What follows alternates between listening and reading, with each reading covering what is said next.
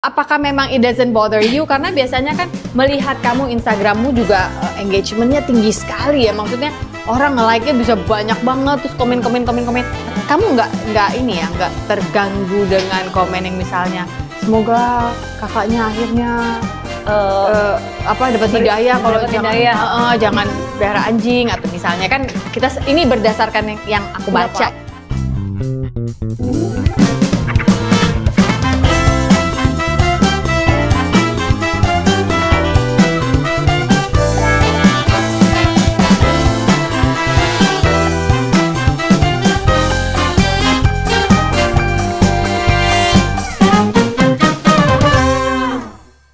Nggak apa-apa Kak.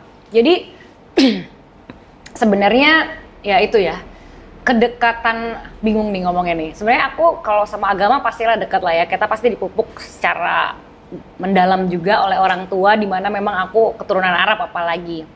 Cuma pada saat akhirnya bertumbuh di kehidupan ini dengan berbagai macam warnanya gitu, aku menyadari kayaknya hubungan aku sama Tuhan itu ya dengan caraku aja gitu menurutku. Yang artinya kalau misalnya aku emang belum bersiap hijab ya artinya emang belum siap gitu. Karena aku banyak banget gitu pas udah dewasa ngelihat orang-orang yang nutup aurat misalnya gitu ya.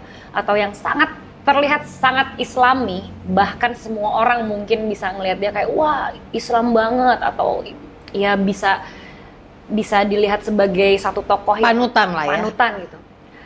Tapi bisa melakukan hal-hal yang sangat manusiawi. Dalam artian ya bisa genit, bisa dosa, bisa ini, bisa itu gitu ya. Jadi menurutku aku pengen lebih menjadi diriku sendiri aja sih gitu. Daripada aku berusaha nih berhijab tapi sebenarnya aku masih ngelakuin hal-hal buruk misalnya gitu ya. Aku juga nggak mau. Aku tetap pengen jadi diri aku sendiri yang kayak gini, emang ya Fanny kayak gini, memang mungkin belum siap berhijab, memang mungkin punya anjing, yang juga sebenarnya kan kalau di Islam tuh najis ya Kak, bukan haram. Jadi kita bisa bersihin najis itu. Kalau di zaman Nabi dulu emang adanya tanah ya mungkin pakai tanah gitu loh. Dan zaman sekarang ada sabun tanah ya ada sabun tanah, bisa pakai sabun tanah gitu.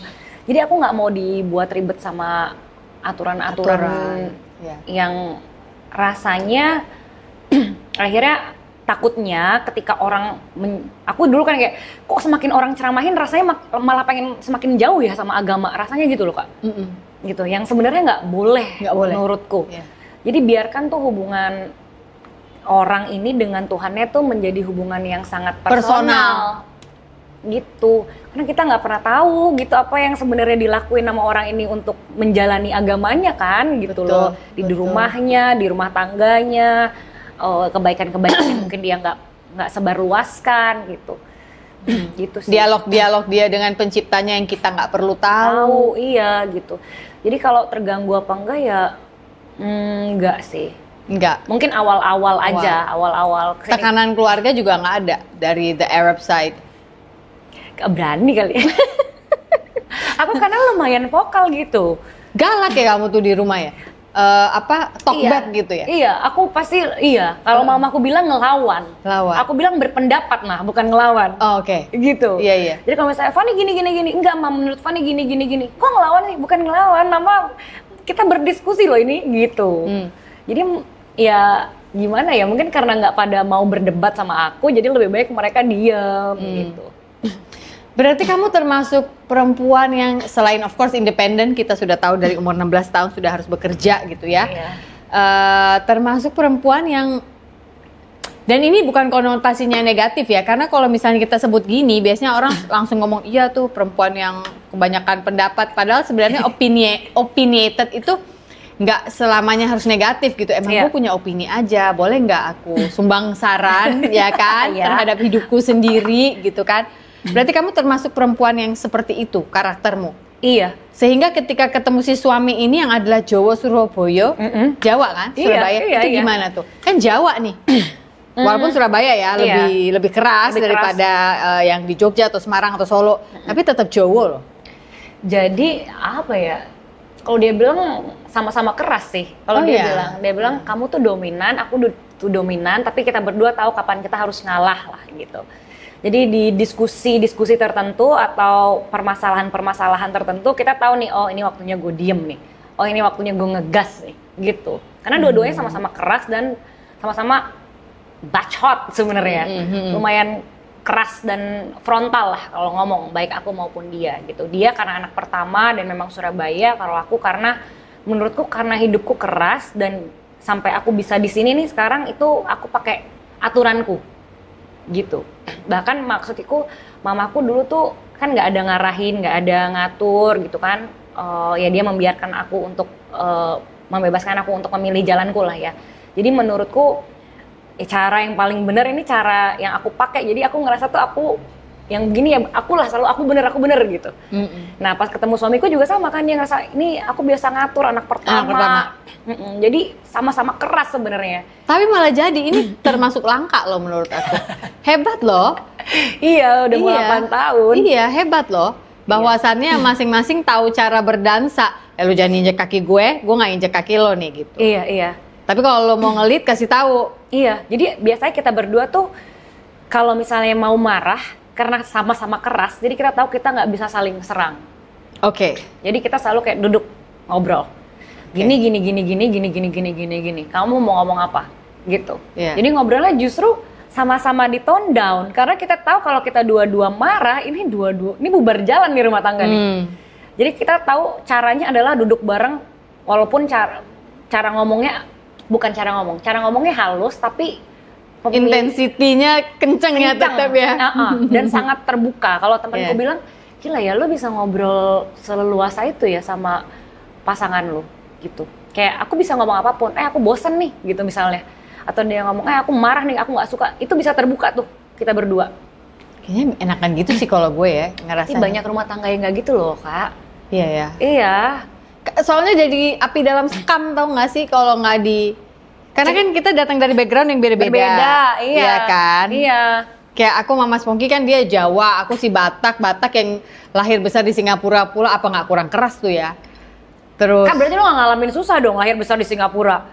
Lu bilang lahir besar di Singapura belum tentu nggak susah loh. Masa sih? Susah lah, susah 3 anak di Singapura. Membesarkan 3 anak berarti kan dua-duanya orang tuanya harus bekerja. Jadi kita luntang-lantung aja terus pulang sekolah harus kemana. Ya mungkin secara sekolah dan yang lain-lain terpenuhi ya.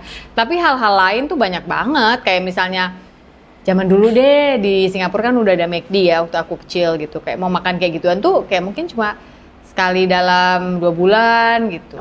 Kayak minta kalau itu juga kalau si opung aku, mamanya mama, itu pas dapat kiriman amplopan dari anaknya yang di Amerika, ya anaknya kabur juga itu karena si opung juga galak gitu. Jadi drama mereka tuh nurun lagi ke kita kayak, ngerti nggak sih? Kadang-kadang kalau kita nggak berhentikan habit-habit yang mungkin terdahulu, iya itu akan terus ke bawah. Bener gitu. banget lagi.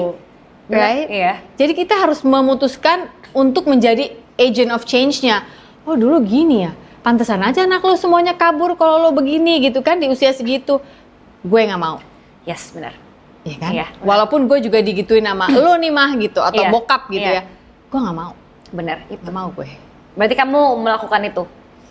Aku rasa iya ya. Mungkin yang bisa menjudge Mas Pongky kali ya. Yang ngelihat ya aku nggak tahu. Tapi aku rasa sih iya ya. Karena kalau aku tetap melakukan seperti itu, kayaknya sih sejauh ini sih ngobrol sama anak-anak tuh masih enak gitu. Maksudnya mereka masih mau ngobrol, masih mau terbuka, masih mau ngasih tahu permasalahan gitu ya. Masih ngasih kita porsi lah ke dalam hidup mereka. Tapi kalau aku turutin, karena berkali-kali kalau misalnya dia lagi talkback nih, apalagi waktu masih ABG.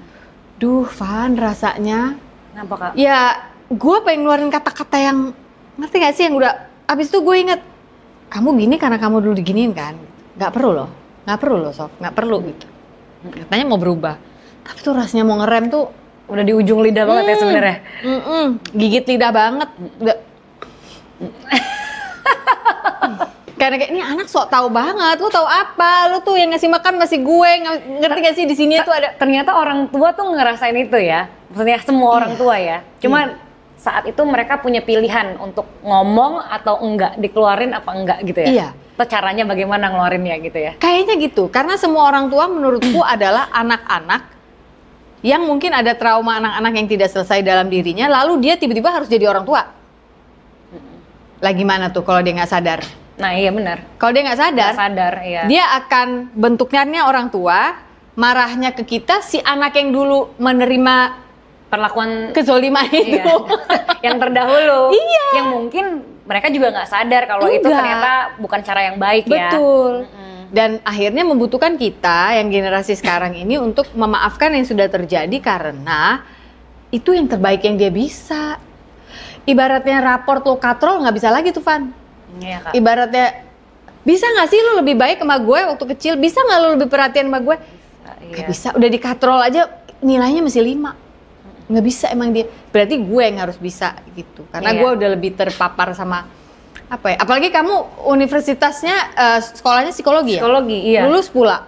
Lulus, iya. Berarti kan ngerti banget kan iya. psikologinya orang. Iya.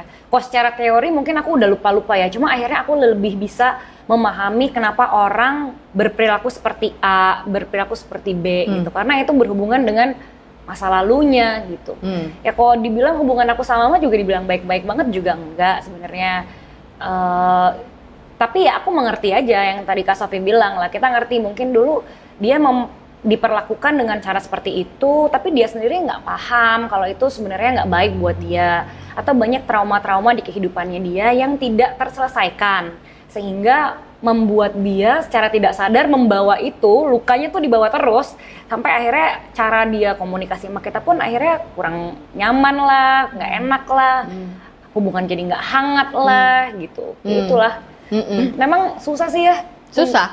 Hubungan tuh ternyata rumit, complicated gitu loh. Dan harus selalu dirawat. Iya, benar. Nggak ada tuh namanya hubungan gue sama bokap baik. Nggak, kalau nggak lo rawat bisa nggak jadi nggak baik. Iya. Kalau kataku, karena semua orang bawa luka masing-masing. Mereka masing-masing yang kadang-kadang kita nggak tahu gitu. Iya. Kadang-kadang kita. Nah, pasangan kan juga gitu ya, Kak? Iya.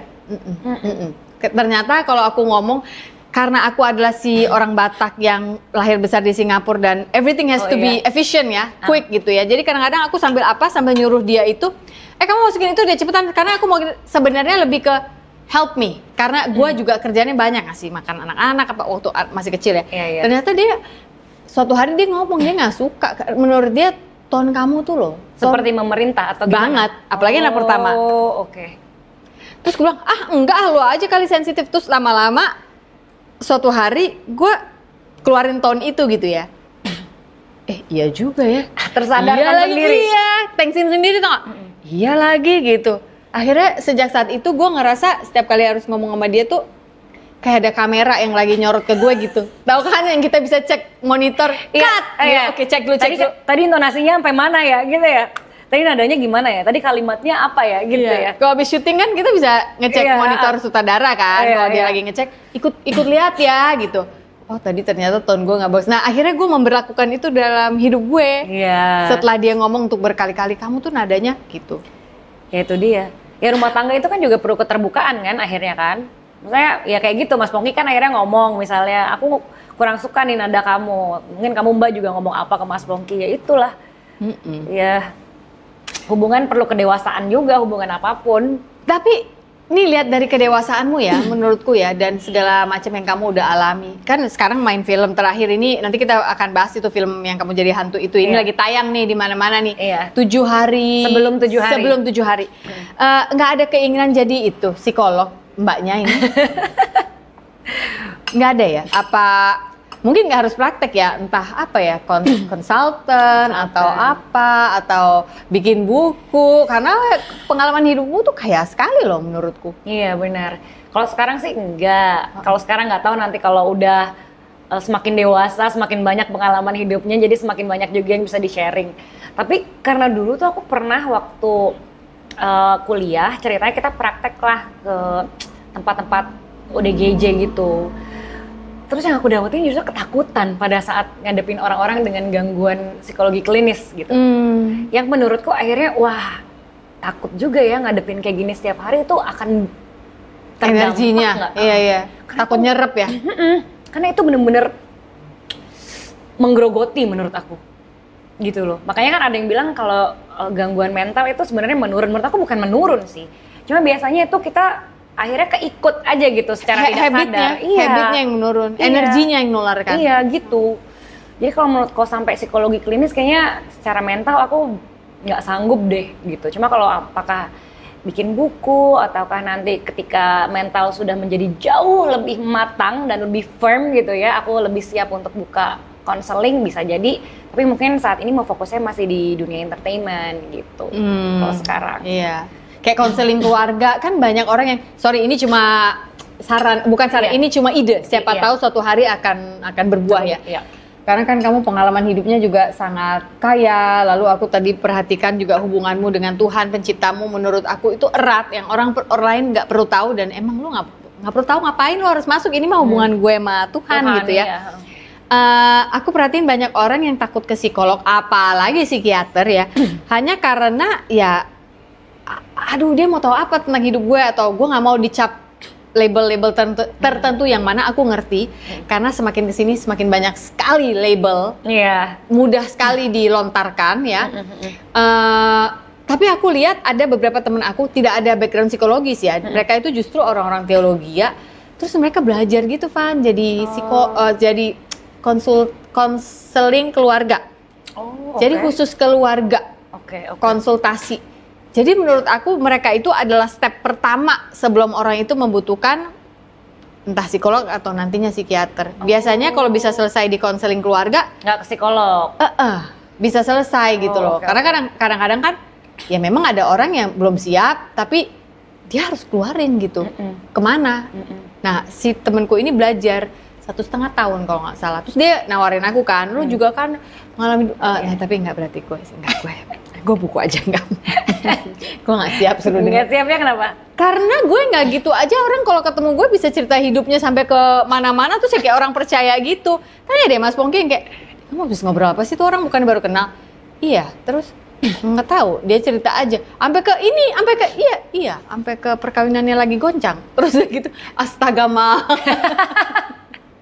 Berarti kan setiap orang tuh butuh tempat, ruang untuk bercerita kan sebenarnya. Ya, kalau dia merasa safe, dia akan cerita.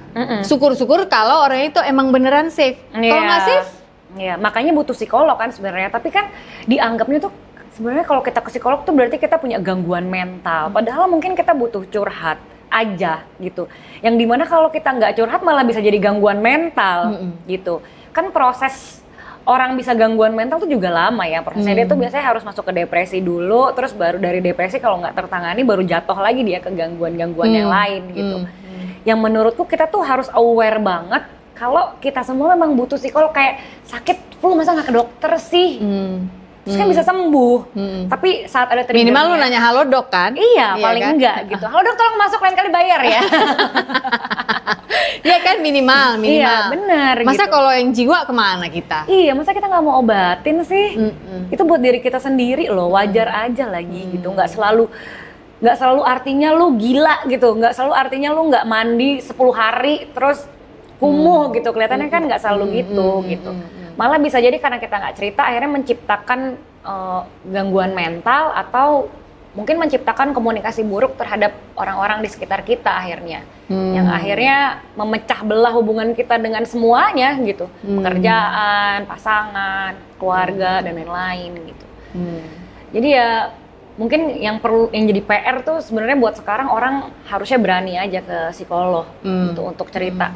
Menurutku psikolog adalah orang teraman karena mereka udah perjanjian kan, sumpah jabatan nggak akan membongkar apapun lah gitu. Walaupun ada sih psikolog-psikolog yang suka ngasih pendapat berlebihan di sosial media ya. Ada kok, tetap ada. Iya harusnya nggak boleh sih. Ya ini kita bicara oknum lah ya. Iya harusnya nggak boleh ya. Karena gimana pasien yang ngerasa aman ya, takutnya ceritanya di spill lagi. Ntar orang nyusun puzzle lagi. Oh ini si ini. Cocok logi. Aduh PR. Cerita film dulu sekarang. Oke. Sebelum 7 hari.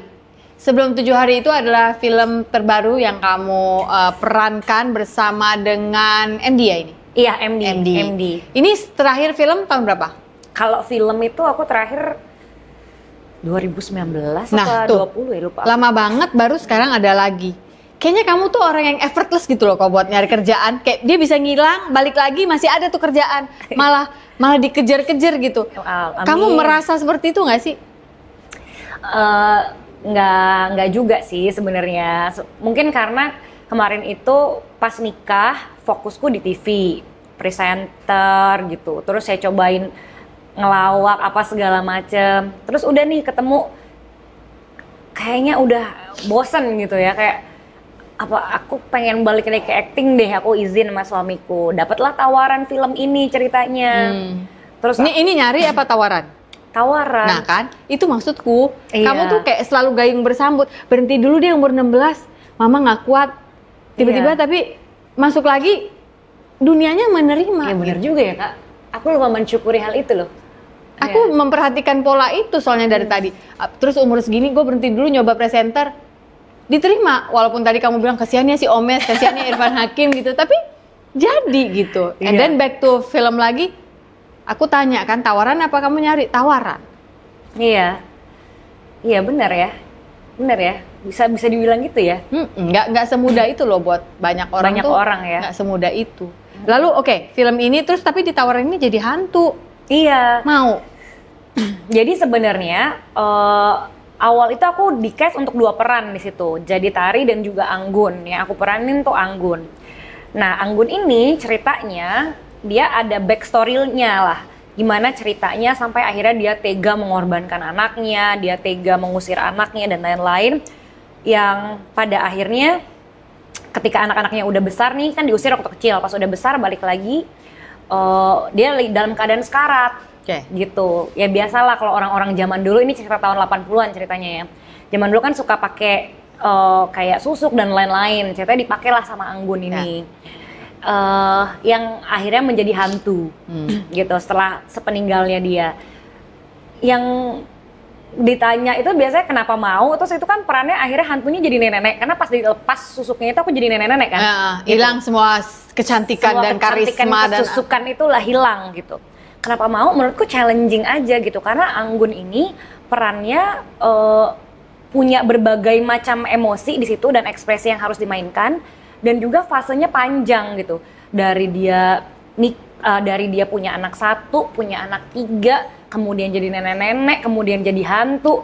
Jadi banyak banget yang harus dimainin. Setelah sekian lama nggak main nih di dunia perfilman, kan pasti kita nyari peran yang challenging kan. Ya udah aku pikir, ya udah deh, aku coba. Walaupun ada keraguan, waduh jadi nenek-nenek gimana ya pendapat orang. Bahkan pada saat press conference pertama kali tuh wartawan bertanya kan kayak, kenapa Fanny Ghazani ya? Apa nggak kemudahan? Bla bla bla bla bla. Karena belum ngerti nih story-nya seperti apa gitu kan, ceritanya susuk kan. Dulu kan belum boleh di-spill nih awal-awal. Dulu belum boleh ngasih tahu kalau itu susuk. Betul, belum boleh. So, akhirnya pas udah ngerti, oh ternyata susuk gitu. Akhirnya aku pikir juga pas ngambil peran ini, oh kayaknya nih harusnya bagus sih gitu. Karena pertama Pak Awi juga yang sutradarain KKN juga kan. Awi Suryadi? Iya. Oh ini filmnya Awi? Iya. Oh ini film yang kemarin si Rangga pergi pas premiernya.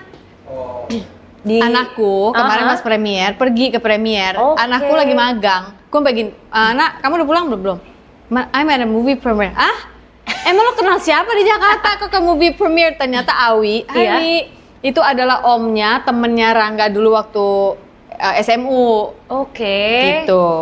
Terus dia bilang, yeah, the director says hi to you cause he knows you. Siapa? Awi. Astaga Awi, bilang hello ya dari mama. Bilangin mama mau main film lagi.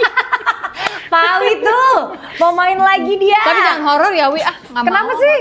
Gue nggak suka. Aduh enggak. Gue nggak penakut, tapi gue nggak demen aja. Bohong, ini mah penakut. Enggak, gue sama sekali nggak penakut aja deh. Tapi kenapa nggak sukanya Pak? Karena menurut gue hantu nggak usah lo filmin juga udah ada gitu.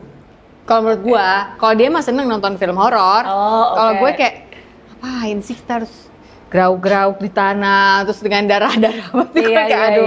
Energinya buat gue, tapi that's just me sih. Iya. Capek jadi gitu filmnya Pak Awi, Filmnya Pak Awi itu sih, kenapa enggak kan? Aku pikir Pak Awi kan kita tahu sutradara yang bagus gitu ya. Terus abis itu perannya menantang menurutku. Terus aku sangat berharap ini bisa jadi sesuatu yang bagus lah gitu. Sampai pas kemarin lihatnya, wah gila sih, hasilnya itu menurutku bagus banget gitu. Dan semua acting yang dimainkan oleh semua peran-peran terkecil, anak-anak kecilnya itu juga mainnya bagus gitu. Nonton guys, kita harus nonton. Iya gitu. Terus Pak Awi dengan treatment kameranya yang banyak orang bilang itu stylish ya gitu. aku kayak aku nggak nyesel banget sih main sama dia. Jadi puas ya? Aku puas banget dengan detailing dia tuh detail banget loh. Iya, gitu, sangat detail dan aku jadi banyak belajar gitu. Kita tuh harus sedetail itu, mencari kesempurnaan sebegitunya gitu. Karena memang bekerja ya harusnya kayak gitu tuh standarnya menurutku. Jadi aku nggak nyesal sama sekali, malah senang bagaimanapun nanti hasilnya gitu. Merasa beruntung bisa dilibatkan di project ini sih aku. Jadi peran utama nih berarti nih yang di ini.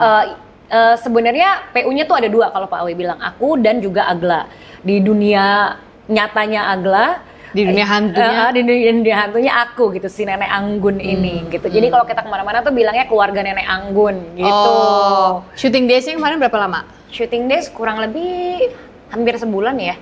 Oh, di Jakarta ya? Di Jawa Barat. Oh, Jawa Barat. Iya. Memang kan nyari setnya yang agak-agak creepy gitu, rumah-rumah yang udah lama nggak berarti masuk desa gitu ya? Iya, yang masih banyak lahan hijaunya lah. Tapi ya menurut aku ketika main film itu memang paling enak tuh menurutku ya. Sambil makan ya? Iya silakan. Enak loh ini, ya ampun. Gluten free torte kita ya. Langsung ambil 1000 kali kita tayangkan Fani Gasani.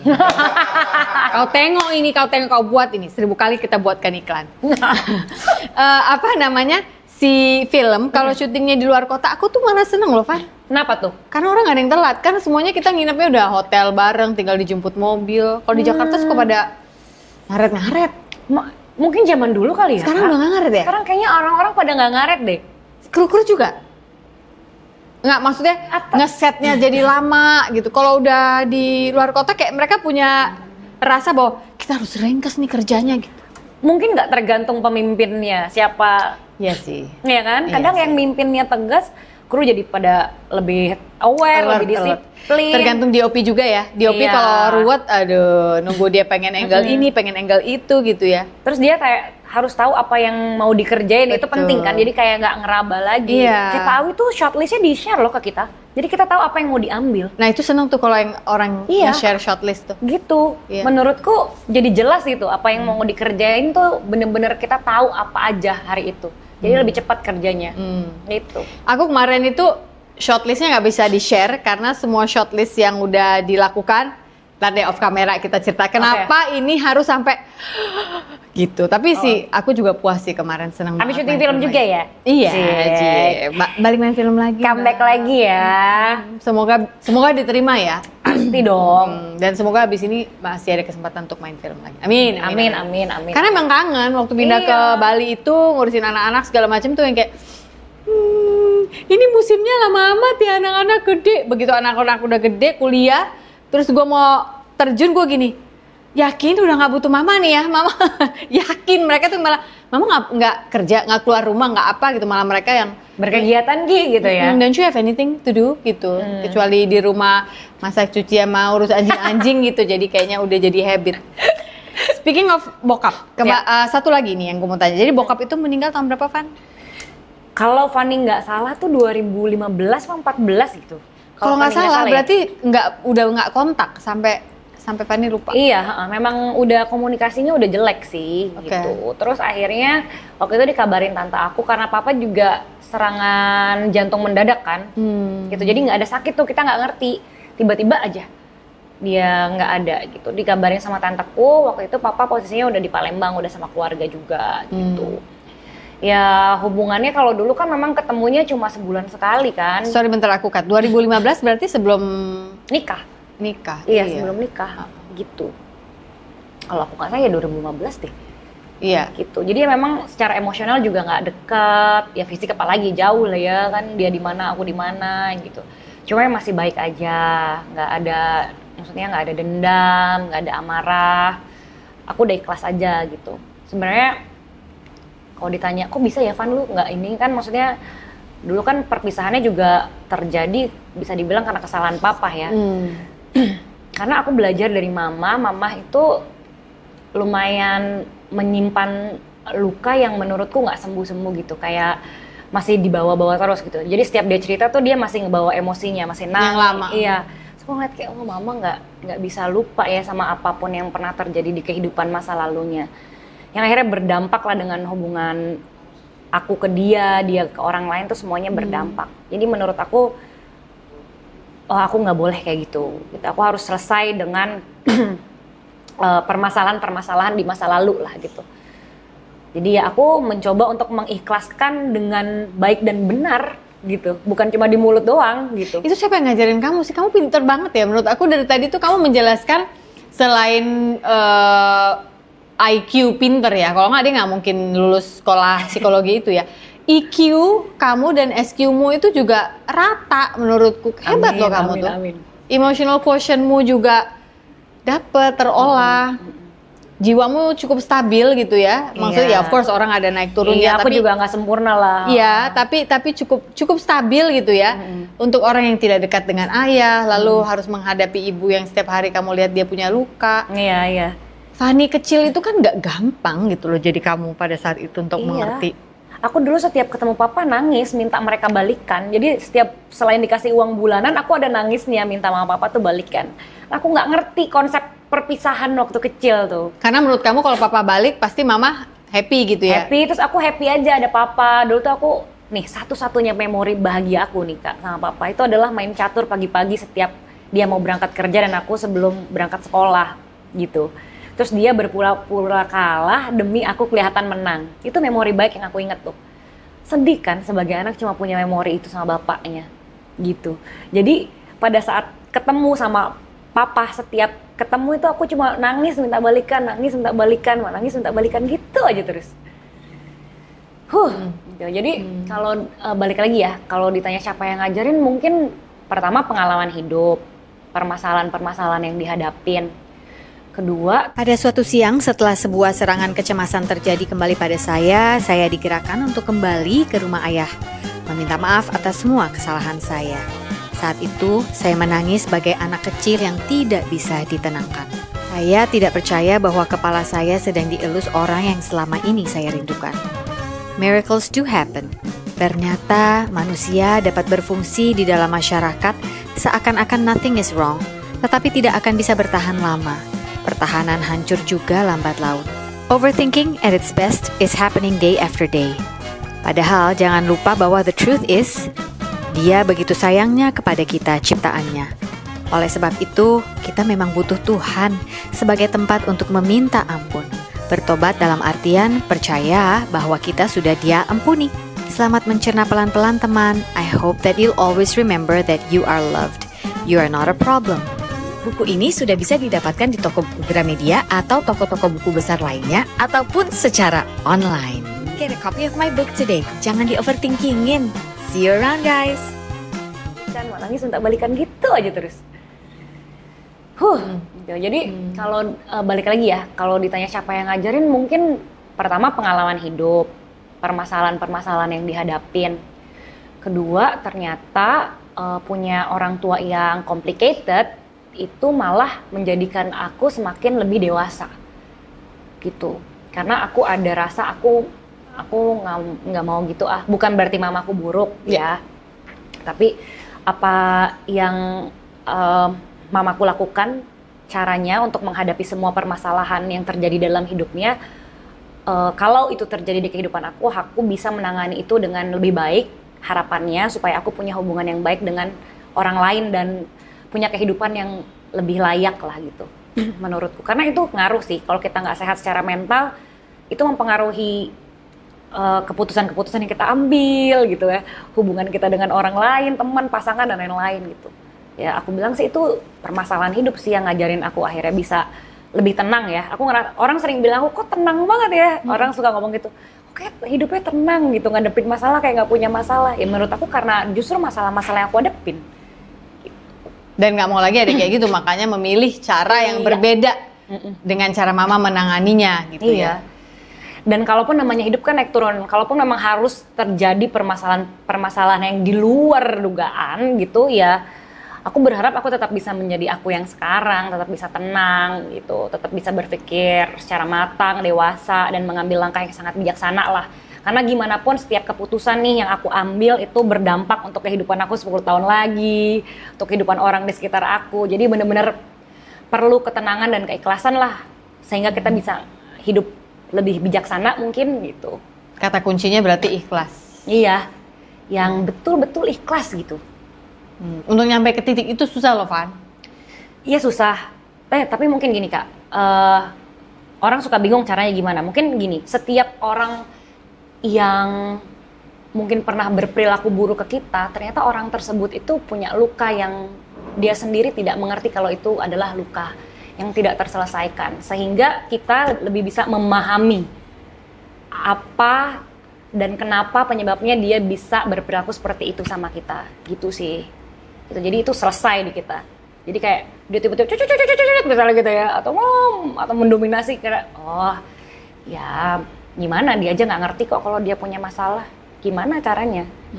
Kan nggak mungkin juga, apalagi orang tua ya, nggak mungkin kita bilang kayaknya perlu ke psikolog, botak deh kayaknya kita ngomong kayak gitu. Jadi ya udah kita memaklumi aja. Berarti Fani itu sangat mengerti batasan sehat dong, healthy boundaries. Iya apa enggak? Walaupun istilah itu baru terkenal mungkin akhir-akhir ini ya. Oke. Walaupun dari dulu udah ada yang namanya healthy boundaries. Di Indonesia agak susah dipraktekkan karena semuanya tuh guyup. Oke. Bisa jelasin nggak ke Fani Kak? Malah Fani nggak ngerti healthy boundaries. Yaitu kamu tanpa kamu sadar, kamu bisa menciptakan sebuah pagar yang tidak terlihat buat orang yang ada potensi nyakitin kamu atau apa tuh. Kamu stopnya di pagar situ, nggak boleh masuk. Gitu. Iya. Bahkan aku tahu nih kayak nih orang bakal ganggu aku nih hari ini kalau dengan segala macam percakapan atau apapun yang mau dia bawa, aku tuh nggak akan respon. Gitu. Dan kamu nggak ngerasa guilty? Bersalah? Nggak perlu. Nah itu hebatnya kamu. Aku tuh sampai hari ini masih berjuang untuk itu. Ketika aku nggak respon, aduh. Iya, tapi itu proses kok Kak. Dulu aku juga ngerasa bersalah. Nggak tahu Kak ngalamin ini apa enggak ya. Karena aku ngerasa mungkin ada mirip hubungan antara orang tua dan anak, antara aku dan orang tuaku, Kak Sofi juga sama orang tuanya. Kadang kita nih sebagai anak suka diginin, kalau bukan karena mama atau bukan karena papa atau misalnya dengan keagamaan, kalau bukan ridho orang tua atau bukan ridho Tuhan, bla bla, misalnya kayak gitu. Kan kita itu menciptakan kayak rasa nggak enak dan rasa bersalah yang terus-menerus ada di rasa kecil. Iya, sehingga kalau kita ngelakuin sedikit gimana gitu rasanya itu udah kayak salah besar banget. Nah itu aku belajar untuk let go itu, karena aku berhak sebagai manusia seutuhnya itu melepaskan diri untuk nggak dianggap melakukan kesalahan-kesalahan kecil yang itu kayak kesalahan besar, atau bahkan itu sebenarnya bukan kesalahan, tapi karena kamu bilang itu salah, jadinya aku ngerasa bersalah gitu loh. Jadi ya aku kalau misalnya nggak dibales ya gini-gini, ya demi kesehatan mental aku aja sih, semata-mata gitu. Ntar kalau aku udah lebih tenang, lebih santai, aku mau deh ngobrol atau dengerin permasalahan-permasalahanmu gitu. Aku tuh baru-baru ya katakanlah setelah pindah ke Bali ini nih, aku mulai bisa, aku ngerti gitu loh batasan sehat. Sebelum-sebelumnya susah banget. Ya. Nggak, apa ya, mungkin karena dari kecil si anak pertama, si paling pertama gitu, jadi apa-apa tuh ditimpakan ke aku gitu loh. Permasalahan orang tua pun menurut aku yang aku mungkin belum tentu tahu 100% apa yang terjadi, tapi energi emosinya tuh ditimpakan ke aku, sehingga aku merasa ketika aku tidak perform untuk membuat keadaan lebih enak, keadaan ini akan buruk terus gitu. Oke. Jadi kayak kamu yang punya tanggung jawab gitu ya. Padahal kan nggak gitu ya. Nggak gitu. Tapi itu bukan mau kamu sendiri juga kan, maksudnya itu kayak karena keluarga atau orang tua nge-treatnya kayak lingkungannya gitu, seperti itu. Jadinya kayak gitulah ya terciptanya di kepala. Iya. Ya kan perjalanan orang beda-beda. Tapi luar biasa banget nih Fani Ghazani ini, gila. Dalam banget ternyata ya ngobrol sama kamu tuh ya. Nggak seperti olahraga aja dan anak-anak kucing, anak-anak anjing gitu ya, nggak seputar itu. Dan seputar dia juga sangat bisa melucu dan sangat bisa apa ya, kalau bisa di tengah-tengah teman-teman yang kemarin aku nonton soal yang kamu sama Pras. Menurut aku tuh kamu bisa ikut main di situ. Jadi I think you're very flexible, but in a way kamu juga strong. You know your grounds gitu loh. Jadi ya. Thank you Kak. Semoga semakin sukses ke depannya Fani Ghazani. Kakak juga semakin sukses, main film makin banyak, podcast jalan terus. Gimana, apakah diizinin? Kok kayaknya kurang ya? Gitu. Enggak, dia malah dorong-dorong gue. Karena kamu terlalu introvert sekarang, udah cepetan sana temen-temennya ditelepon-teleponin lagi gitu. Ya setelah jadi emak-emak banget berapa tahun terakhir ini kan ya kayak, ya tunggu ya, sebentar, teman-teman gue kemarin terakhir. Sampai lupa ya, hidup tuh harusnya kayak gimana ya? Bener, itu gue lagi belajar itu sekarang. kalau orang bilang empty nest, gue bilangnya bird launchers. Gue udah launch nih burung-burung ini ya, gue liatin dari jauh aja, tapi si ibu udah harus punya kegiatan sendiri. Kita kasih buku dong buat si Fanny, boleh ya? Boleh dong. Jadi YouTube-nya dia kenapa berhenti? iya, YouTube-mu kenapa berhenti? Terakhir aku lihat 3 tahun yang lalu. Karena bingung mau buat apa lagi. Oh, kirain kamu menghadapi masalah besar apa gitu, jadi udah deh nggak usah bikin-bikin Ngumpulin kru kan juga susah ya, Kak. Iya, benar-benar. Iya, terus kayak aduh challenging aja gitu. Lebih baik udah deh kita kerja aja di dunia entertain dulu. Mungkin kalau udah nanti ketemu waktunya yang pas dan lain-lain, aku bisa deh nanti mempersiapkan. Tapi kayak untuk 1 sampai 2-3 tahun ke depan belum tertarik ya Belum. untuk perhitungan. Oke, kita punya buku. Ini buku aku yang paling terakhir, jadi sejak di karantina di sini jadi ibu, gue puji Tuhan bisa nulis, ini buku yang ketiga. Oke, Hati yang Gembira adalah obat tuh. Edisi si paling overthinking. Gak apa-apa, memang kadang banyak hal yang perlu dipikirin berlebih. Terima kasih ya untuk waktumu. Sama-sama Kak, terima kasih. Salam udah untuk diundang. Pak suami. Terima kasih. Salam untuk, masih promo film nih ya? Enggak? Masih promo. Ini film. baru hari ke-7. Oke, masih promo film. Jadi jangan lupa nonton film terbarunya Fanny Ghazani yang namanya nggak ada Fanny-Fanninya, tapi gara-gara Ibu Faiza. Terima kasih Ibu Faiza telah membesarkan anak yang begitu hebat, Ghazani Prera, yang sekarang bisa menjadi penghibur banyak orang, baik itu lewat layar maupun bila kamu cukup beruntung untuk bisa duduk bareng sama dia dan ngobrol-ngobrol sama Fanny Ghazani. Yeay, makasih juga udah diundang Kak, ngobrol-ngobrolnya, thank you. Terima kasih ya. Makasih bukunya. You're welcome. Hari ini bukan hari yang baik untuk menyerah, katakan itu setiap hari. You are loved. Sampai jumpa lagi di Sophie Nafi Talks. Bye-bye. Bye-bye. Yeay. Terima kasih. Sama-sama. Luar biasa banget anak ini.